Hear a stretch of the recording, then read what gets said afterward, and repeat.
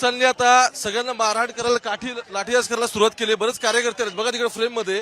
त्या कार्यकर्त्यांच्या मागे पोलीस पळतात आता आणि वेगवेगळ्या कार्यकर्त्यांना पकडायला सुरुवात केली. एक्झॅक्टली बघा 28 तारखेपर्यंत जमावबंदीचे आदेश होते, पण असं असताना सुद्धा वाल्मिक कराडचे सगळे समर्थक इंटरेस्टिंगली मगाशी मी एक जो नगरसेवक दाखवला तो 31 तारखेला वाल्मिकला तिथे कोर्टात सीआयडीकडे पण सोडायला आला होता आणि आज जमावबंदी असताना वाल्मिकचे सगळे कार्यकर्ते मोठ्या प्रमाणात या ठिकाणी जमले आणि त्यानंतर त्यांनी इथं घोषणाबाजी सुरू केली. थोड्याच वेळात वाल्मिकला इकडून घेऊन जायचं ठरलंय, पण त्याच्या आधीच असं दिसतंय की वाल्मिकने स्वतःचे कार्यकर्ते इथे सगळे वेगवेगळ्या ठिकाणी जमा झालेले होते.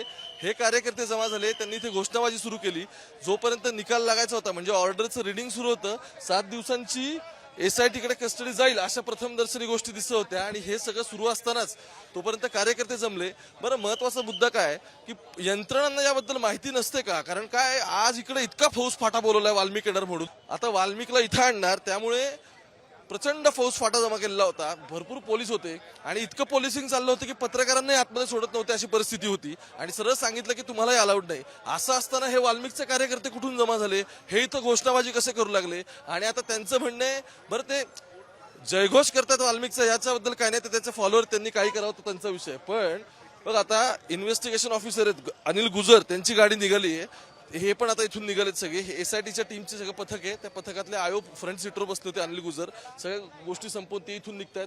वाल्मिकला पण आता बाहेर काढतील.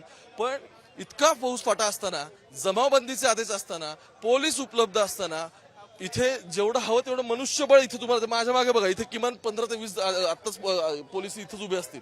हे सोडून अतिरिक्त मागवलेली कुमक फार वेगळी. याच्या व्यतिरिक्त इतके सगळी लोक इथे उपस्थित असताना सुद्धा अशा पद्धतीच्या गोष्टी घडतात कशा काय? बरं, त्या घडतात तर घडतात. जवळपास 15 ते 20 मिनिटापेक्षा जास्त झालं इथं सगळा राडा चाललाय.